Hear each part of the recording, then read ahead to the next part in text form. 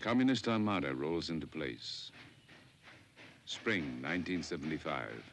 It is 30 years since the first shots were fired in the Vietnam War. Now, 2 years after America's withdrawal, a final offensive is about to begin.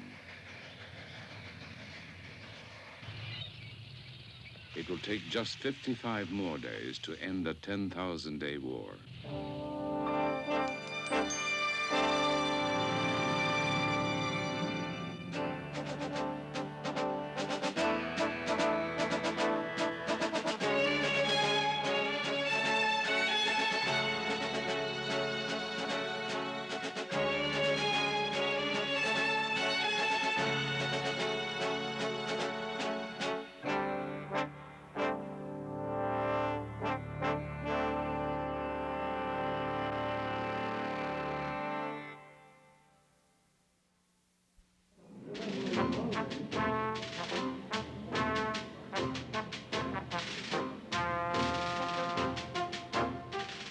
January 1973, the Paris Peace Treaty is signed. Under the treaty, only 50 U.S. military advisors remain from a one-time force of 500,000. The main compromise allows Hanoi to keep 150,000 regular troops in the South and allows President Thieu to remain in power. Although Congress forbids further U.S. military action, President Nixon gives Thieu secret assurances that America will use full force if necessary. But in August 1974, Nixon resigns.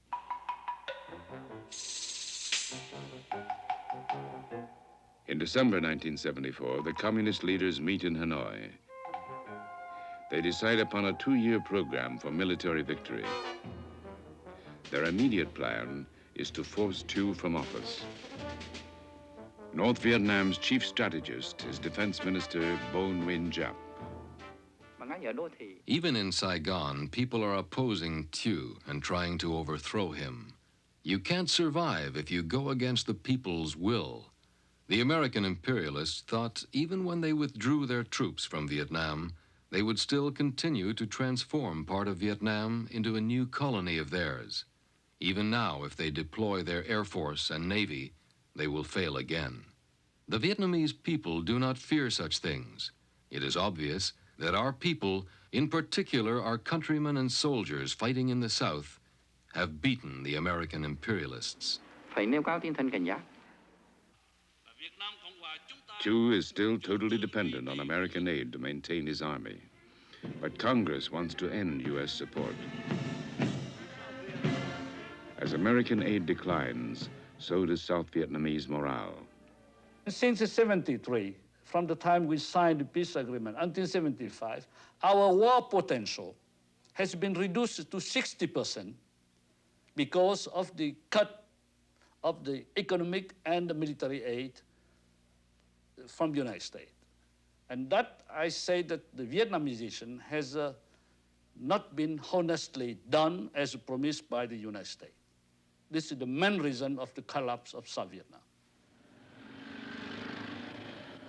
In Saigon, there is still hope America will return. The capital is crowded with refugees.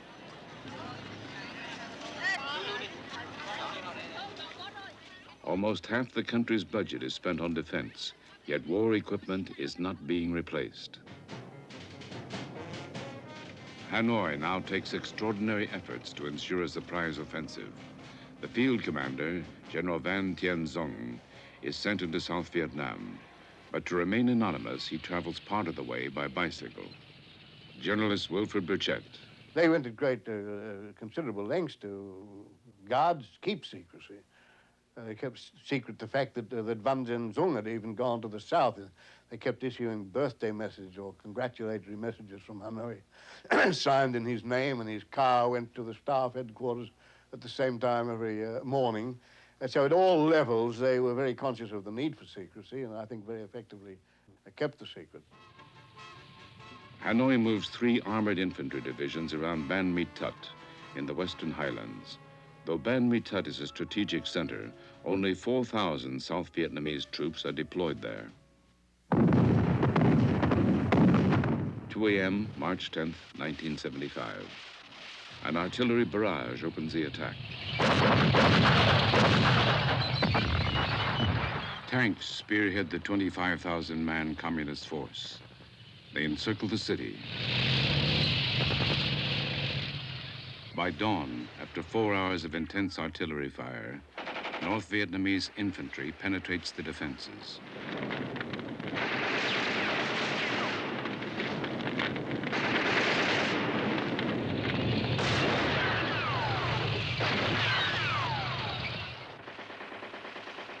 President Thieu has no time to reinforce.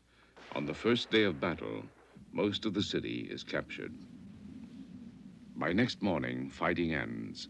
Half of the South Vietnamese soldiers surrender or desert. The first big battle of the final offensive is over. Now, in one of the most controversial moves of the war, President Thieu abandons 2 northern provinces.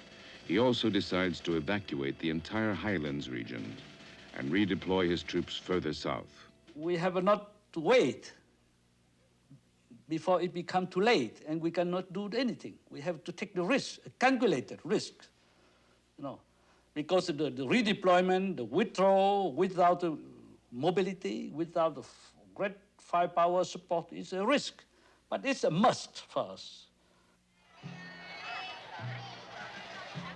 The withdrawal from the highlands becomes a trail of blood and confusion.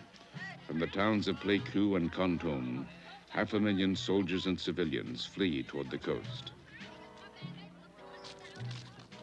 Military authorities choose an almost unusable highway, believing it safe from communist attack. They are wrong. The North Vietnamese fire on the retreat. It becomes known as the Convoy of Tears.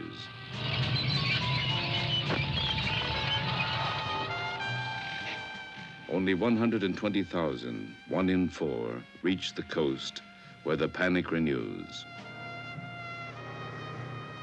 Survivors tell of babies and old people crushed by military vehicles, and of children dying on the road from hunger. The withdrawal was rated one of the worst planned and worst executed in military history.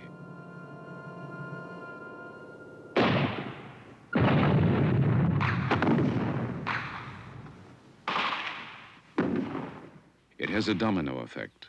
Province capitals begin falling at the rate of 1 a day. President Thieu now asks for urgent U.S. military action. Washington's response is relayed by Ambassador Bui Diem. By the time I rushed back home, half the country was lost already. And I did say frankly to all my friends that there is no more hopes from the U.S. side. It means that if the thing comes to worst, the American wouldn't come back again. So we have to think in terms of realities. In Saigon, strict censorship keeps hope in the headlines. Few Saigonese know the full military disaster. Publicly, Thieu says his troops are holding. Hanoi, March 18th. North Vietnam's leaders savor their biggest victory since defeating the French 21 years earlier. They decide on a daring new strategy to cut South Vietnam in half. The main prize will be the ancient city of Hue, Vietnam's old capital and spiritual center.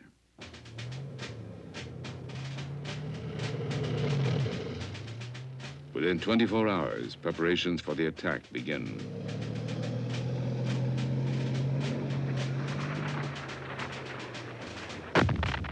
Hue's northern defenses are hit first.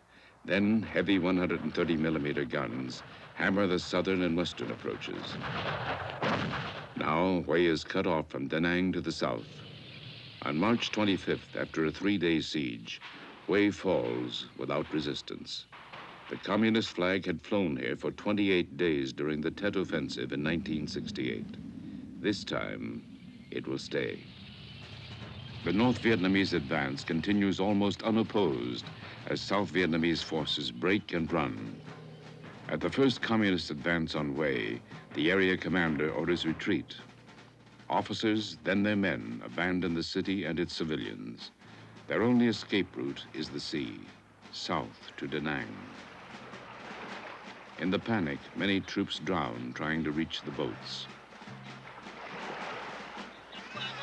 At Da Nang, there is a widespread belief that a deal has been made to abandon the city to the communists. 3 million people try to flee south.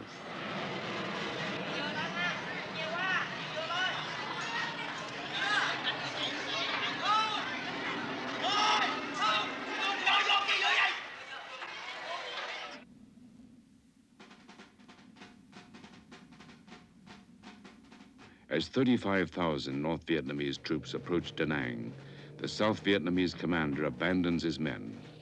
Other officers remove their uniforms and hide.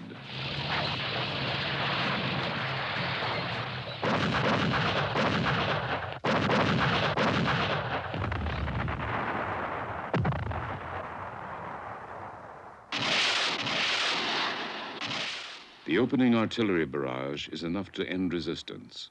100,000 South Vietnamese soldiers surrender after being left leaderless. Da Nang falls in only 32 hours. Former Premier Nguyen Cao Ky. Now, for that final debacle, I have to admit that it's our responsibilities. Or to be exact, I should say it's Mr. Thio's responsibilities. Ban Me Thuot, when it first started, commanding officers ran first. In the I Corps area, Da Nang, commanding officers ran. Everywhere, commanding officers ran first. And all those commanding officers were appointed by Mr. Thio. Actually, the first time, the morale of the army was affected. Not affected because they have been just overrun. Affected since 2 years, because everyone understands that the military aid has been cut, the economic aid has been cut. There's many signs that America have abandoned us. By early April, the communists control the north and center. There's new respect for the North Vietnamese field commander, General Deng. He is an outstanding tactician like his tutor, General Giap. Of this period, he wrote, "We understood that time is strength and that an opportune moment is priceless." The U.S. Army Chief of Staff, General Wyand, now visits Vietnam. He reports that Saigon urgently needs $700 million worth of arms replacements. But politically, this is impossible. South Vietnam's army is doomed. Military analyst Brian Jenkins. It was my belief that if that assistance were withdrawn, that then this military machine that we had created in South Vietnam would indeed collapse of its own weight.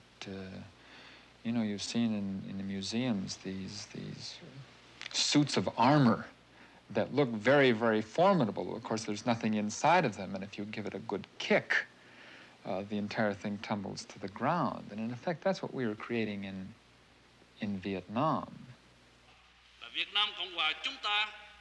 Behind the scenes, there is pressure on Thieu to resign in favor of neutralists. With most of his country gone, he tries to reassure his people.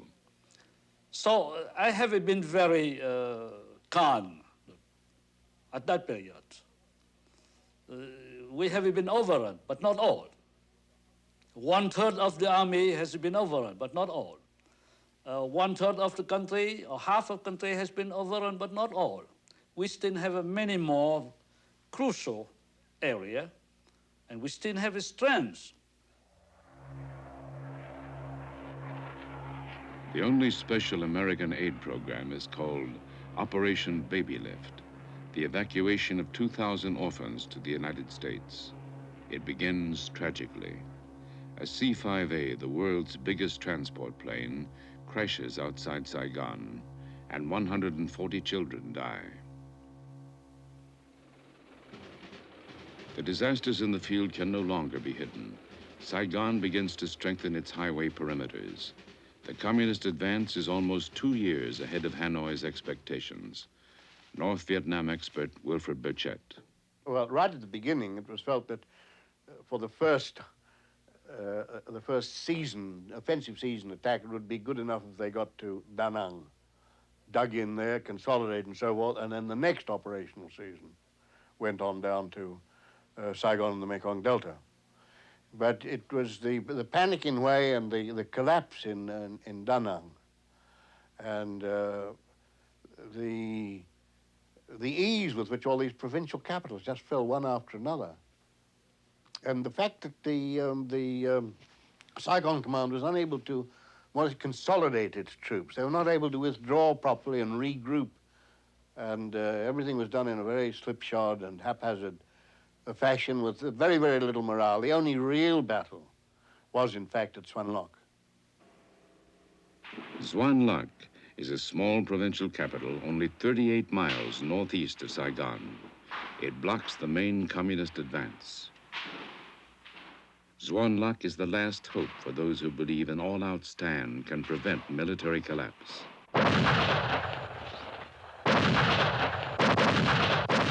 April 9th. The North Vietnamese open fire on Xuan Loc. But this time, there is no easy victory. The communists later called the fighting fierce and cruel. 40,000 North Vietnamese troops launch an assault against the city. They are repelled. The defenders counterattack.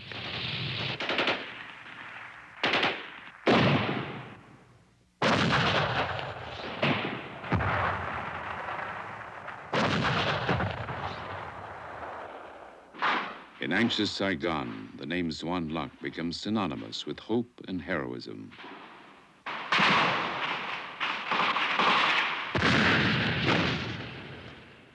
The North Vietnamese decide to bypass Xuan Loc and strike at the next city, Bien Hoa, closer to Saigon.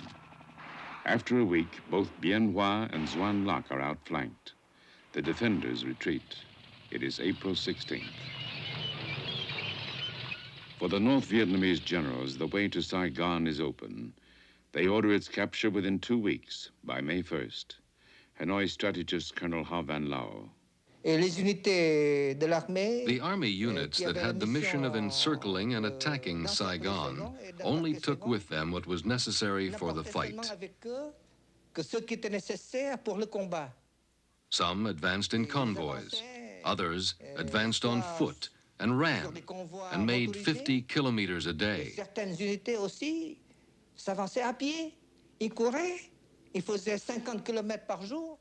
They didn't even eat, because it was the goal, the taking of Saigon, that was their first preoccupation.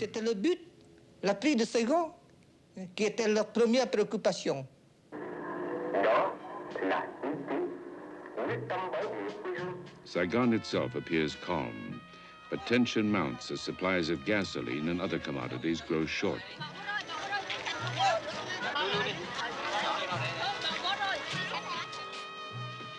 Refugees keep crowding in. Now the elite see no way out. Sincerely, I do not know what's going to happen next. So I know that I'm expecting something, but I don't know what. President Thieu is now under intense pressure to resign. His suggested replacement is neutralist General Duan Van Minh, known as Big Minh.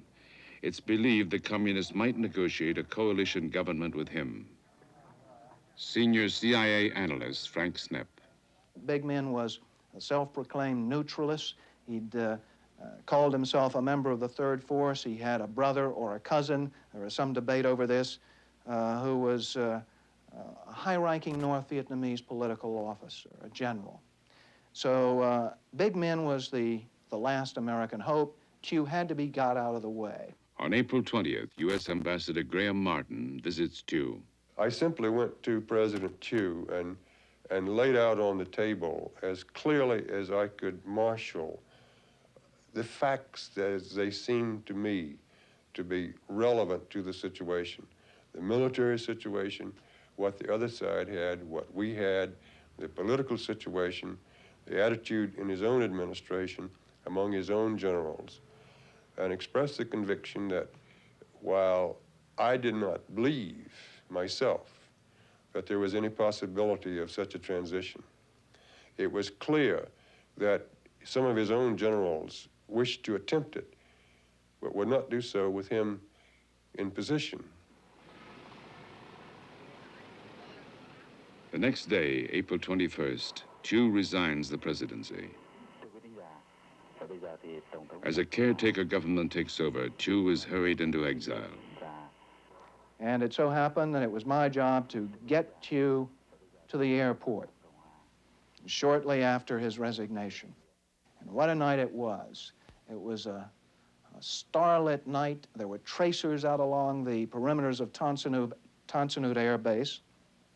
Several colleagues and myself from the CIA, as well as the CIA station chief, collected limousines. I was armed to the teeth because I had visions of what had happened to Ziem in 1963, ordered out of the car, cut down by young Turks.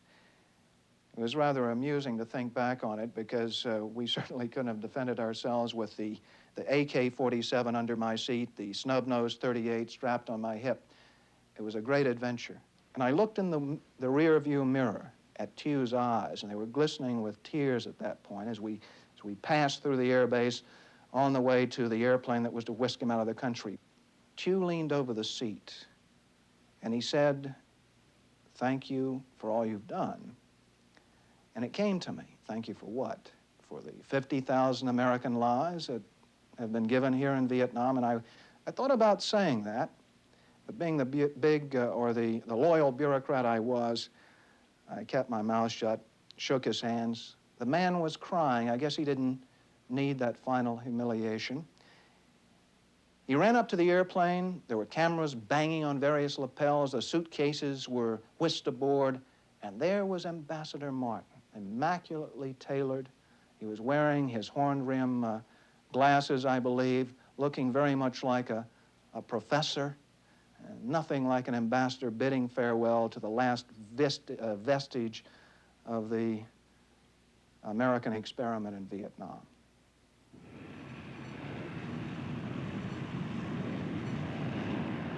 Politically, it is over. Thieu boards his flight into exile, carrying a lasting bitterness toward America. They have abandoned. They have sold out us. They have a stab on their back, on our back. It's true. It's clear. They have betrayed. Now, over 3,000 people are leaving the capital daily.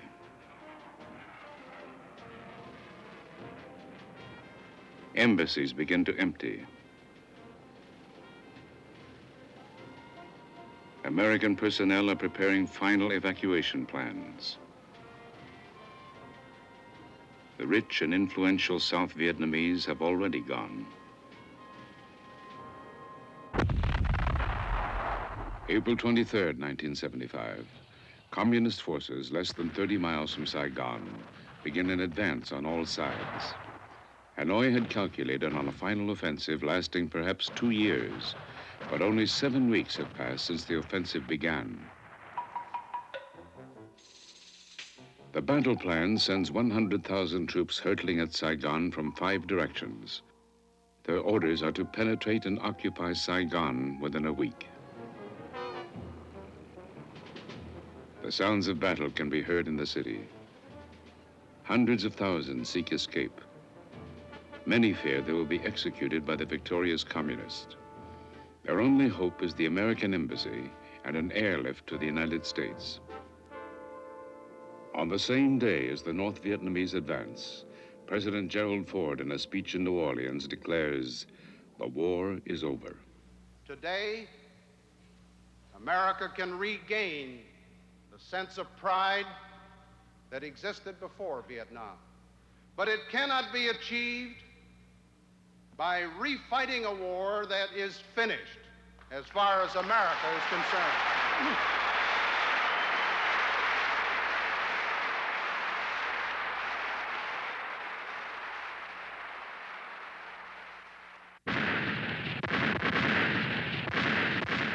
Hanoi's divisions race into position. Now there is no fear of American bombers which turned back previous offensives. The communists sweep through the rubber plantations east of Saigon. The South Vietnamese, greatly outnumbered, only briefly resist. Soviet-built amphibious tanks easily bridge the rivers, then roll along the U.S.-built highways leading to the capital. Infantry convoys mop up resistance in villages and outposts. Long-range artillery disables Saigon's main airport. The siege is fully in place. Saigon is encircled. Within the city, 30,000 South Vietnamese troops await orders, but many senior officers have deserted. Saigon has a new government. It appeals for peace talks and a ceasefire. This goes unanswered. Now, 72 hours remain until the end. Saigon's armor attempts to seal off the main highways. Tens of thousands of refugees try to board the last helicopters leaving the city outskirts. But soldiers fleeing the battlefield commandeer the choppers and retreat into the capital.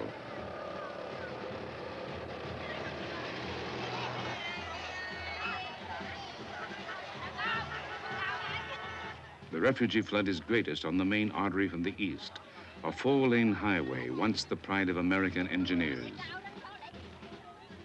Civilians and retreating soldiers sweep aside checkpoints in their haste to escape the onrush of battle.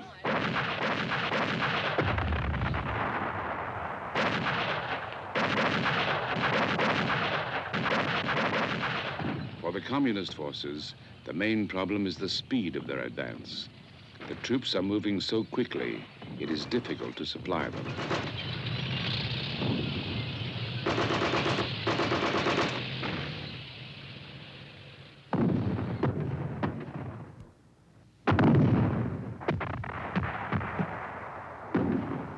Southern guerrillas act as guides, providing maps and pointing out weaknesses in government defenses.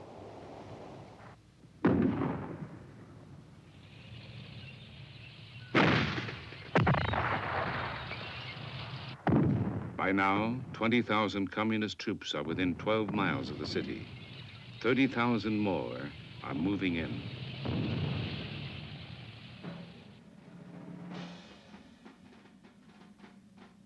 In his dispatches, the communist field commander, General Zeng, likens his forces to a divine hammer held aloft. Saigon's army, he wrote, trembled in fright, watching the hammer descend.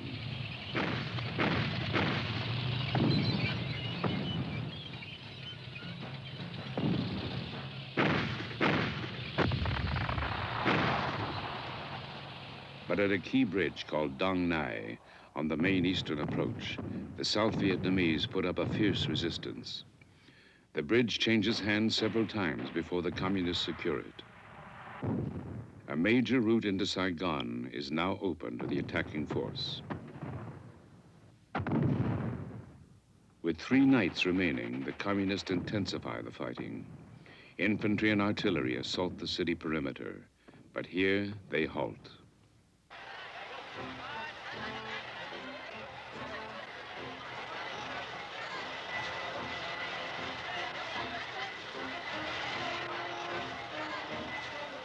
In captured areas, communist cameramen record the population tearing down symbols of their former government and celebrating in the streets. In Saigon, too, the streets fill. Here, the emotion is fear. The large Catholic population is especially nervous. Thousands gather to hear former Prime Minister Nguyen Cao Ky. He denounces his countrymen who have fled. Armed resistance can bring negotiations, Ky says.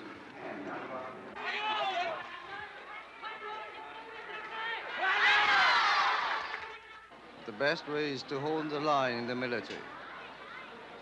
Because if the collapse continue, disintegration continue, and then there's no need for negotiation. But the communists send a grim warning. 5 rockets drop into a crowded Saigon slum, leaving 5,000 homeless. Now, fears of a bloodbath increase.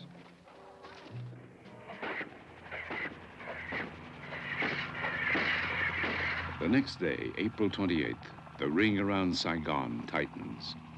Saigon troops rush to the Newport Bridge on the city outskirts. North Vietnamese commandos hold the far side of the bridge.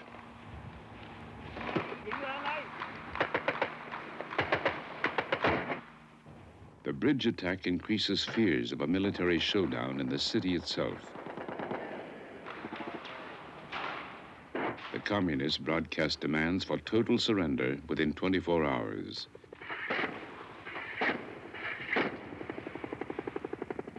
The deadline abruptly ends hopes for a political settlement, and it activates evacuation plans for 3,000 Americans. With the Newport Bridge attack, Saigon's discipline breaks. As the Army of South Vietnam makes a final stand, civilians loot the nearby American commissary. Deserting soldiers join in.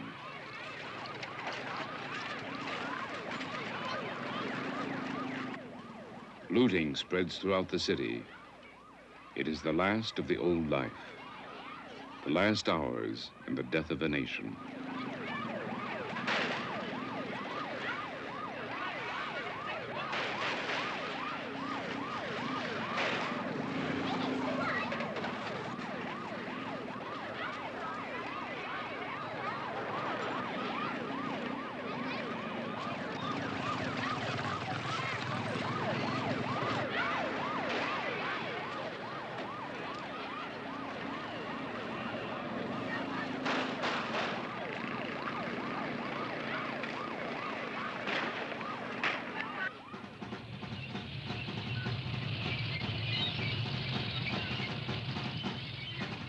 The communists now attempt to close the last main exit.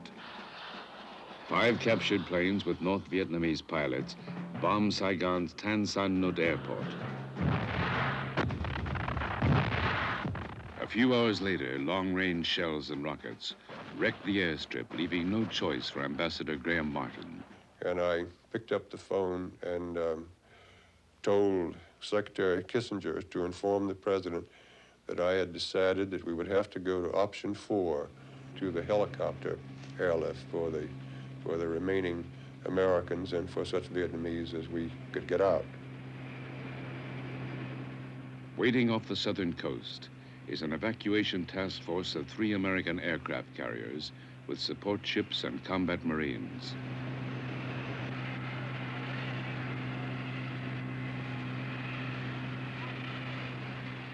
Noon, April 29th.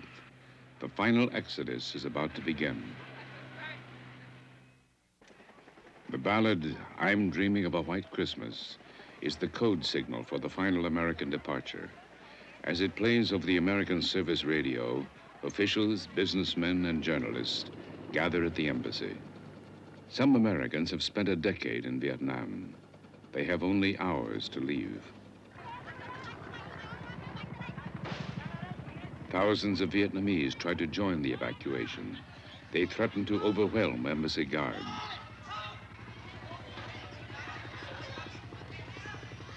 For years, the symbol of a wide-ranging war, the helicopters can now only land on the embassy roof or in its secluded compound.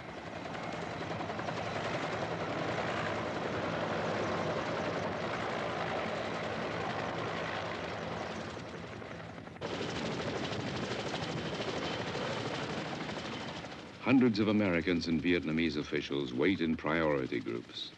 The Marines briefly return to Vietnam to keep order.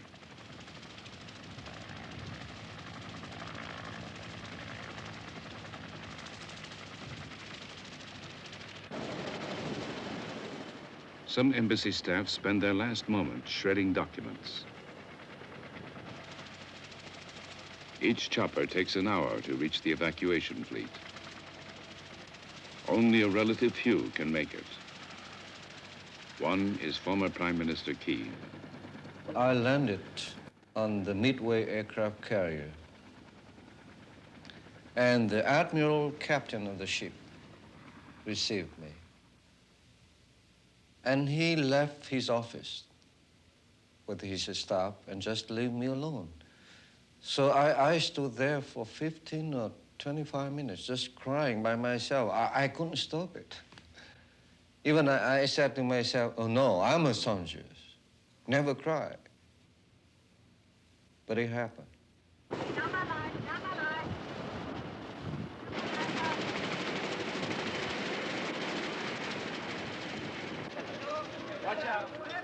By now, hundreds of Vietnamese civilians are attempting to crash the embassy gates.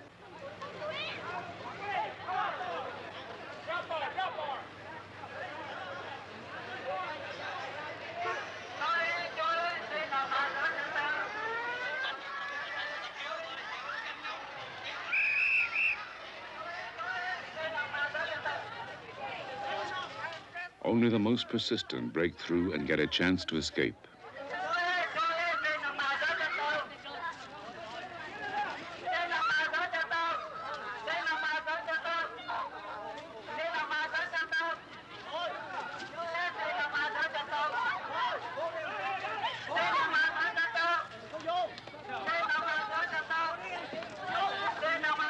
In previous weeks, 100,000 South Vietnamese have bought their way out. But the sudden American evacuation still leaves behind many long-serving Vietnamese. Senior CIA analyst Frank Snepp.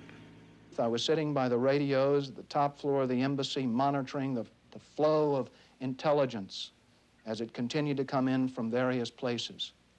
I listened to the radios, and I would hear people calling in over our radios, agents and employees who had been abandoned at various evacuation points. I'm Mr. Lon. I have served you for years. Save me. I am Mr. Ha. Save me.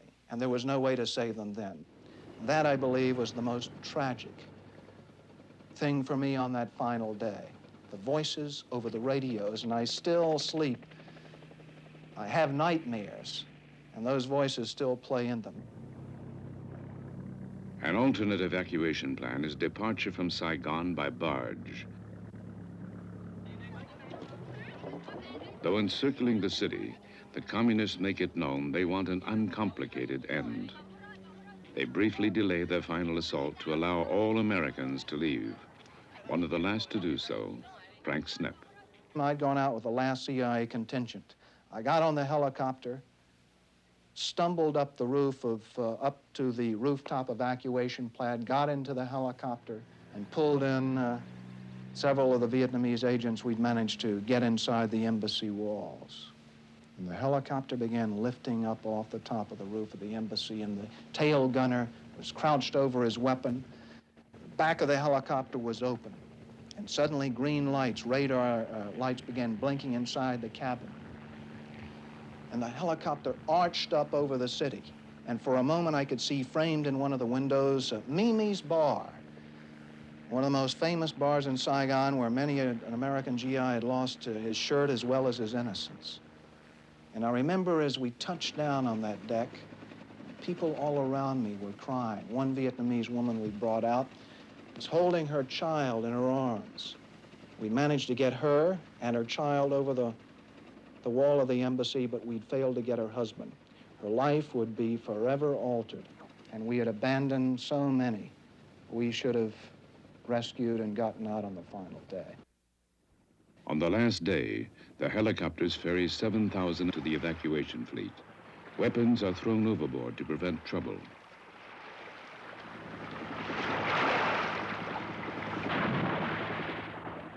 Dozens of helicopters flown by South Vietnamese pilots arrive uninvited. The $250,000 machines are ditched to make room for those still arriving.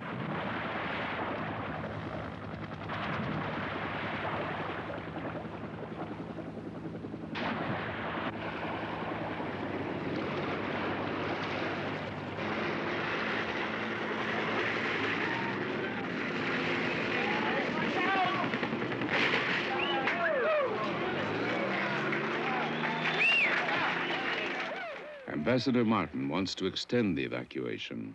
Washington rejects the recommendation as too risky. I then drove to my house to pick up my wife. I think the Marine Guard log showed that I was there for 11 minutes. She packed one bag and walked out. She had left everything that we had because, again, to provide this aura of stability, we had not packed anything because the minute that we had picked up one thing to send out, it would have been known all over Saigon. So she paid the sort of a higher penalty than I did in the sense of losing some of the treasured possessions of a lifetime. Martin is among the very last to leave. At 4:30 a.m. Saigon time, the senior American official in Vietnam gets a final order. This young helicopter pilot came into my office with this scroll on the back of a pad that I never forget it. I mean, the name of the helicopter was the Lazy Ace, I think. And the President of the United States directs that Ambassador Martin come out on this helicopter. Well, what do you do then? I mean, do you try to emulate Admiral Nelson and put your blind eye out of the telescope, you know? I mean, you didn't hear or you didn't get it. And then for 45 years, I had been a disciplined officer of the United States government, and that I would not sort of spoil it in the end by any act of disobedience, and so I got on the chopper and came out.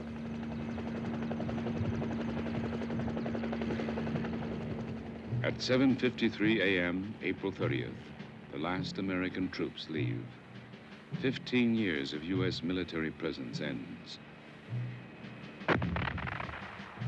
The communists converge on the capital in a five-pronged assault. They overrun Saigon Airport, occupy the military and police headquarters, then move through the garbage-littered streets past a dazed population. The final hours are mercifully bloodless.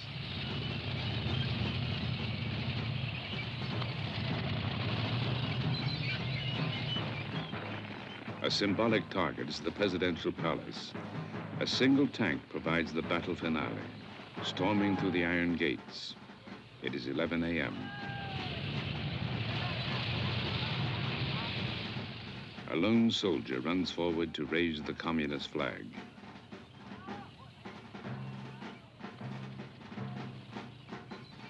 By noon, Hanoi's troops fill the city. Their flags are everywhere. At the palace, they arrest South Vietnam's last president, General Duong Van Minh. He is ordered to broadcast a message to his remaining troops.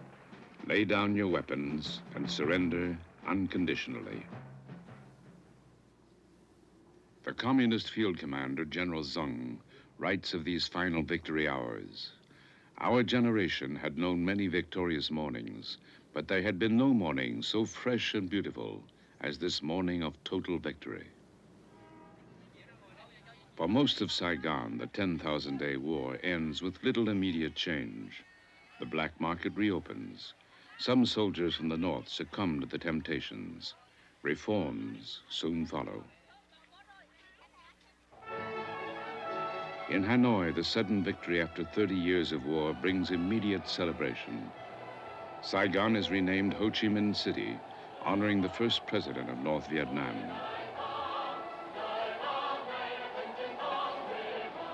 Prime Minister Pham Van Dong.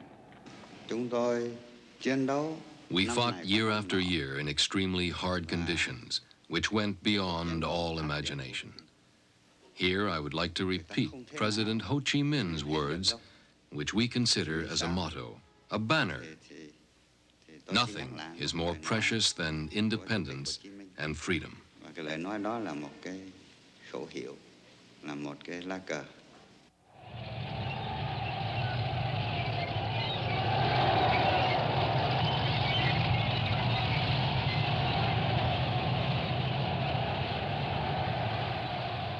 In Saigon, the Communist Victory Parade is held May 7th, the anniversary of the French defeat 21 years before. Ambassador Ha Van Lao.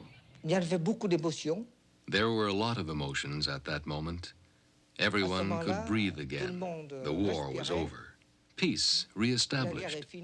And above all, we became the true masters of our own country, our own land, independent. Our first thoughts were of our venerated president, Ho Chi Minh, who was not there to see with his own eyes the most glorious moment in our history.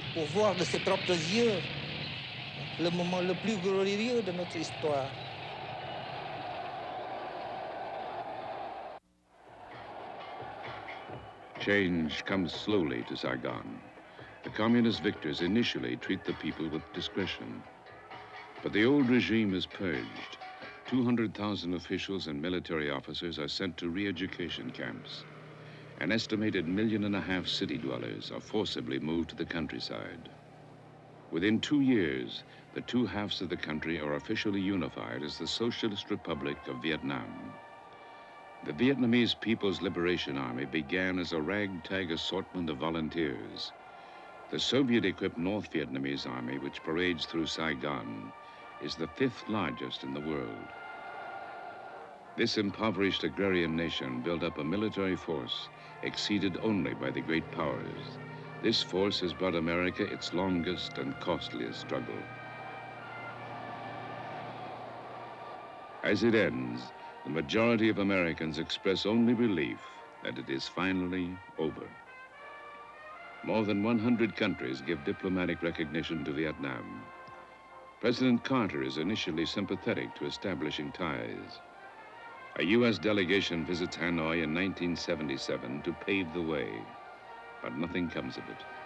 The U.S. considers Vietnam too much under Soviet influence.